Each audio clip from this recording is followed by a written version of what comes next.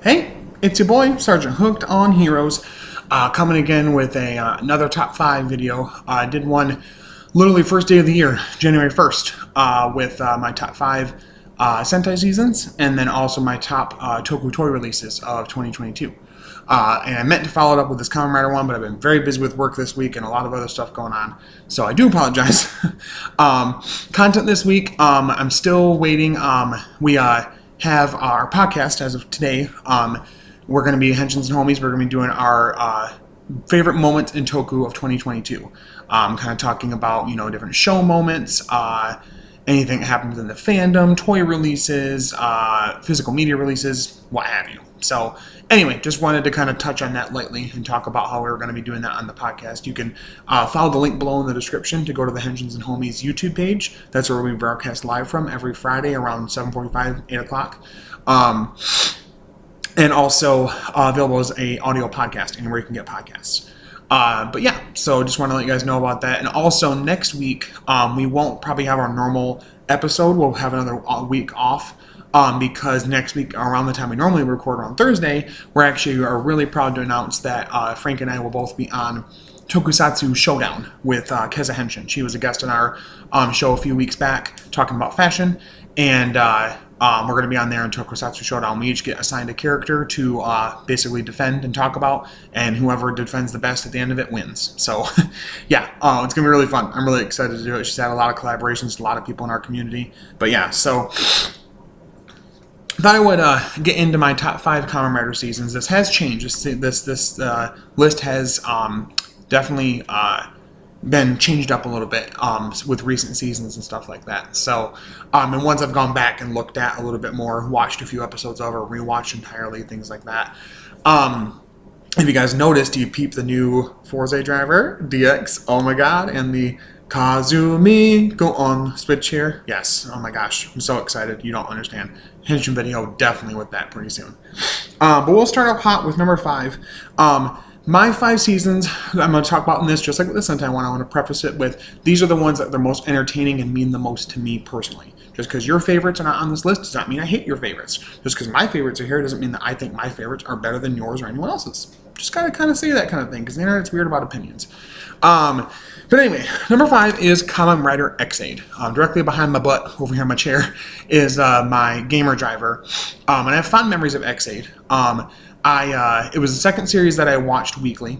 And the driver was the first driver I ever bought. It's a fun story. There was a deal on Amazon where if you were approved for a certain kind of credit card, you would get whatever you were ordering basically up to a certain amount for free. And so I chose the gamer driver, and at the time it was the pack that came with the driver and Mighty Action X Gashet for free. I got it completely for free. My first driver was completely free. If only the rest of the collection would have continued that trend. So I'll start from there. But X8 was really great. X8 is awesome because it really jumps in hard on its aesthetics about being a video game themed season, about the medical drama part of it, those things being a part of how those things both combine together and seep their way into how some of the suits look and how the powers work and things like that. I love pretty much every one of the forms and a majority of the characters. I think that Graphite got shafted a little bit and deserved to be on there a little longer. But overall, everybody is a pretty decent character. Hero is not my favorite secondary. I actually really enjoy Parad more than I enjoy Hero on that show. And his dynamic with Emu is great. I talked about it on Henshins and Homies a few weeks back.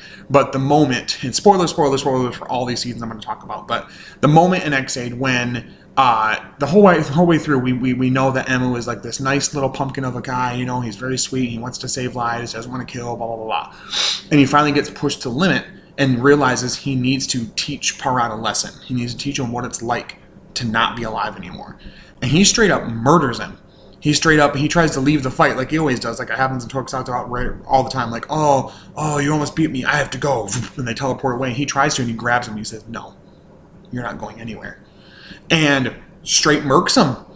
And I get that the next episode or 2 episodes later, whatever it is, he comes back. But it was pretty shocking at the time. I think it was really good that they did that. I think it added a lot of depth to both characters. I think it added a lot to the stakes and showed that Emu had grown, that he was willing to do whatever it takes to save people And even if that meant teaching Parag how precious life was and teaching him that he's more human than he thinks. I mean, he already was using a gamer driver because he had some of Emu's DNA mixed in with his own.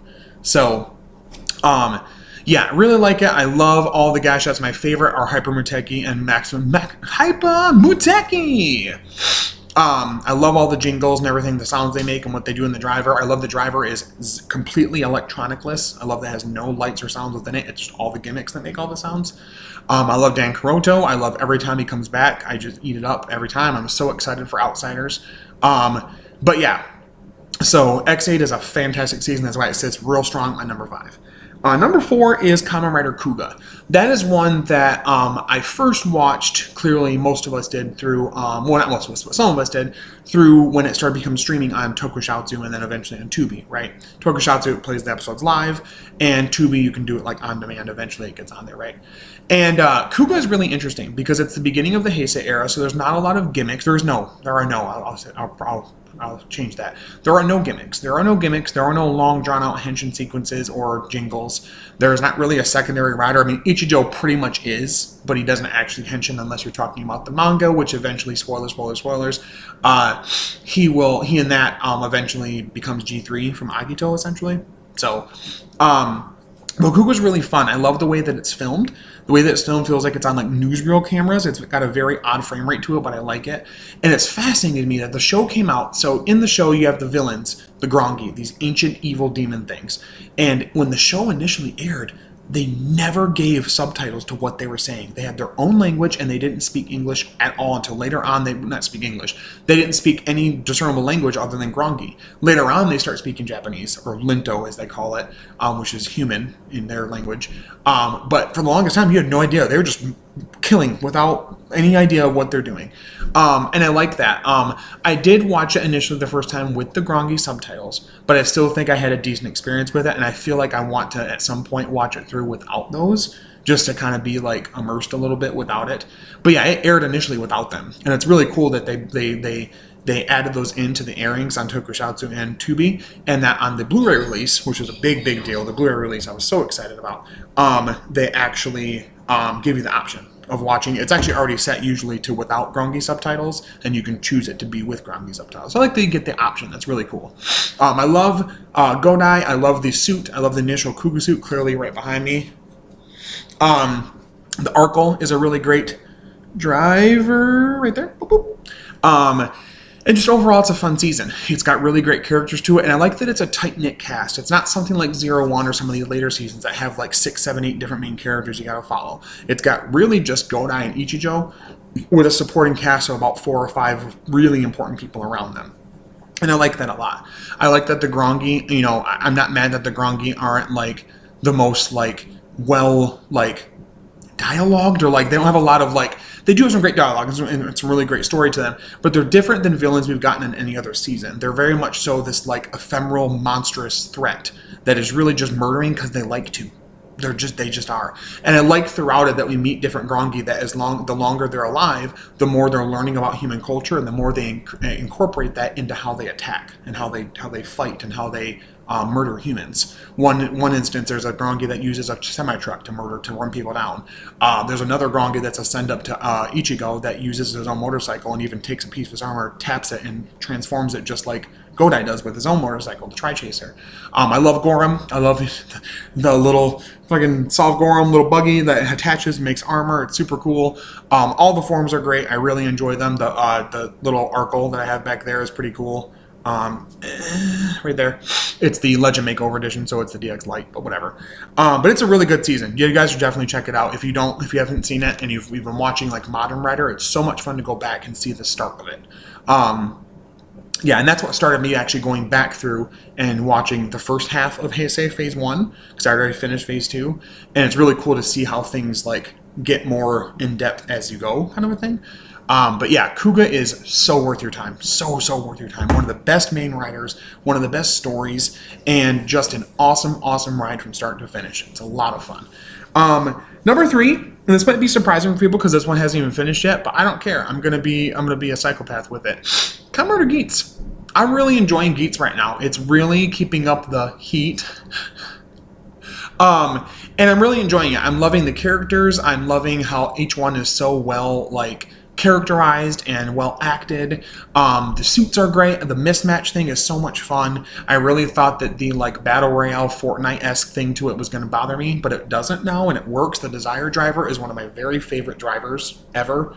I think it was almost my number one. Had to have been, I think, my number one Toy release in my video. Check that video, see if I'm lying to you. But it's a really great driver, and I really like the mix and match possibilities with it, where you can slap the different parts on it. It's the eventual upgrade of the build driver, where the build driver had the two bottles, and that would make the suit look different. This makes the driver look completely different along with the suit, and I really like that. I love pretty much all of the armed buckles. All the different raised buckles and armed buckles are really, really cool looking. And I like the aesthetics of it being like a game show or a reality show now. And that is why they're fighting the way that they're fighting and what they're doing, what their goals are, basically.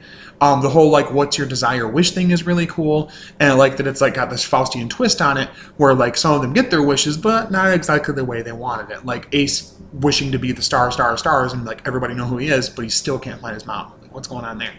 So again, the show isn't finished yet. That might change by the time it finishes. I don't think it will, but I really enjoyed this season. It's really, really great. Some of my favorite moments of Rider in years. And it blows Revice out of the water. I'm sorry, but it does. Like, I enjoyed a large swath of Revice, but it is just awesome. Probably my favorite of Reiwa currently. Number 2, as a lot of people know, is Kamen Rider Build. The build driver I did not have at the time that the show aired. I watched it when it aired, but I did not have the build driver. I recently got it, along with the Genius full bottle and all that. I like to display them with the final form items. I don't know why, I just like the aesthetic.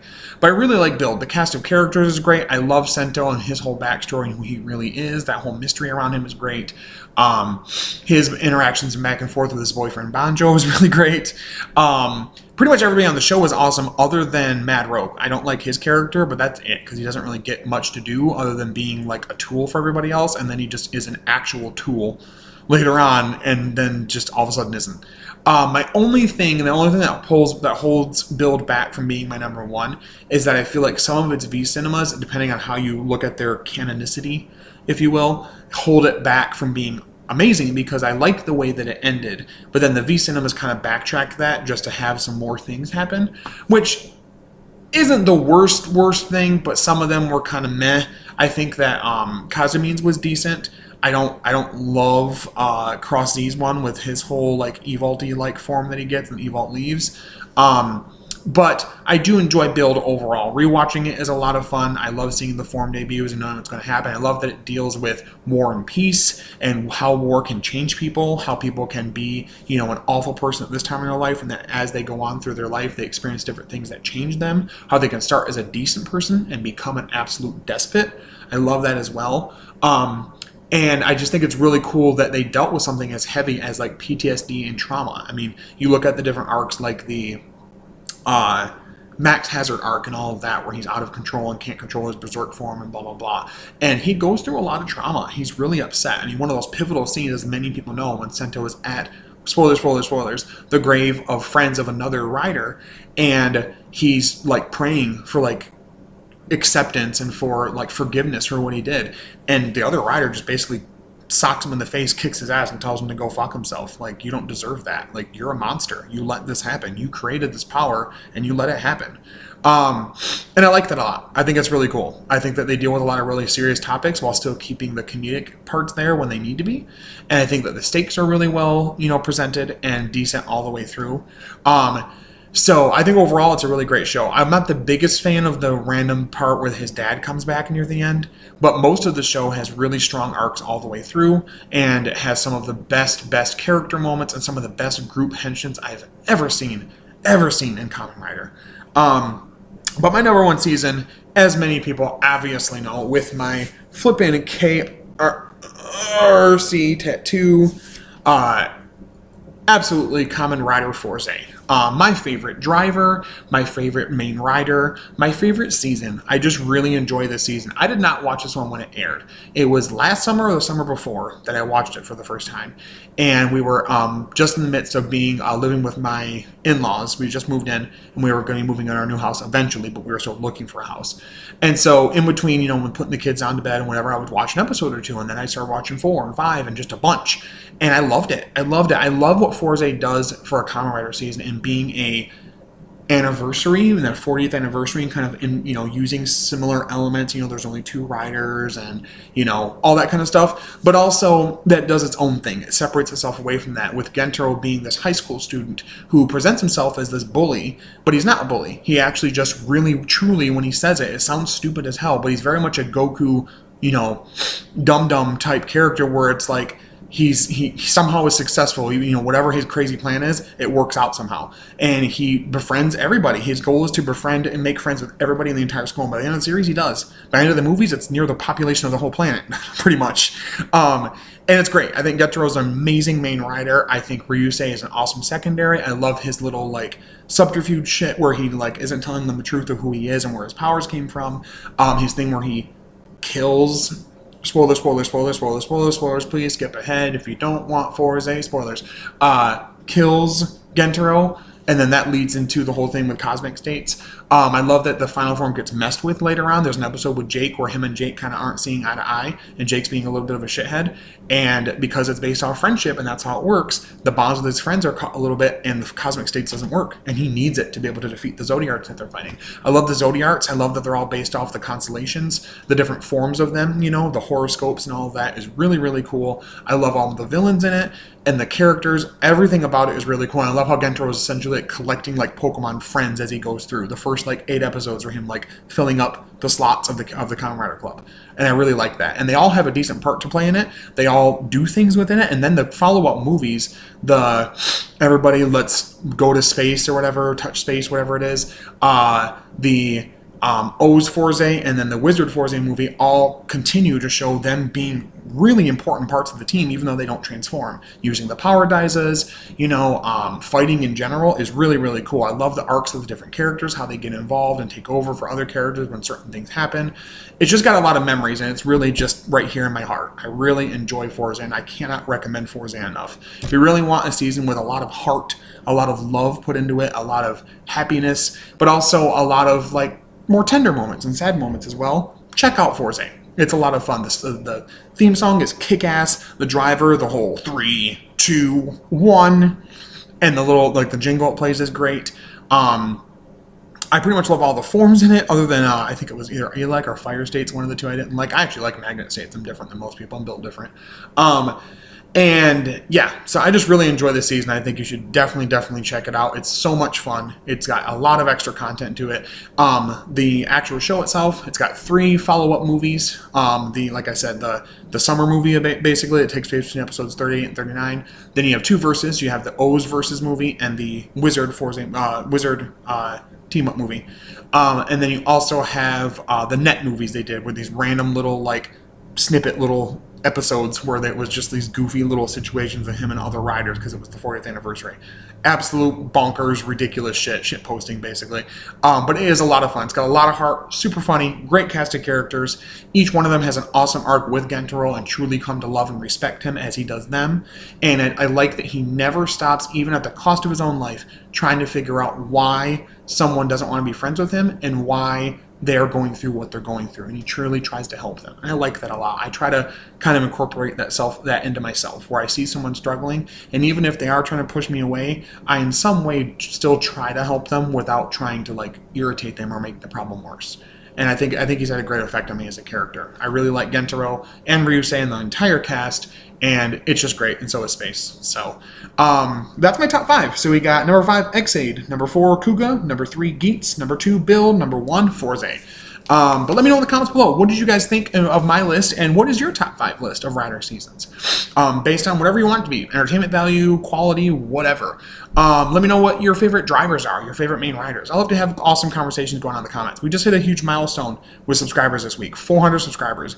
I am absolutely astounded. I never thought I would get anywhere near this amount of subscribers. I really appreciate the hell out of all of you. Thank you so much for watching, subscribing, commenting, just in general, allowing me to let all these toku thoughts out of my head so that I can not have to shower them all over my family and inundate them with that, even though they don't really do much with it. I mean, my boys kind of like the music and playing with the toys here and there.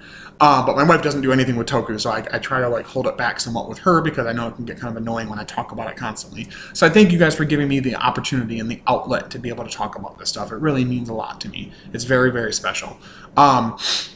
Like I said, coming up for content this week, this will probably be one of the last ones for the week until clearly Saturday when the new episodes premiere, and then next week we'll be back into episode reviews. Probably going to throw up a Henshin video with the Forza driver, and then Henshins and Homies will be talking about our favorite moments of Toku, favorite Toku moments of 2022. So stay tuned for that. We will live as a recording today on Friday, 7:45 to 8 p.m. Eastern Standard Time. We also, after that, it gets archived. You can watch it at any time on the YouTube channel if you want to see us live video. Just want audio as a podcast, then you can get that anywhere you can get podcasts. Google Podcasts, Spotify, Apple, wherever. But thank you guys so much for the support and the love. I really, really appreciate you guys. Thank you so much. But as always, stay hooked on heroes. I will talk to you later. Bye.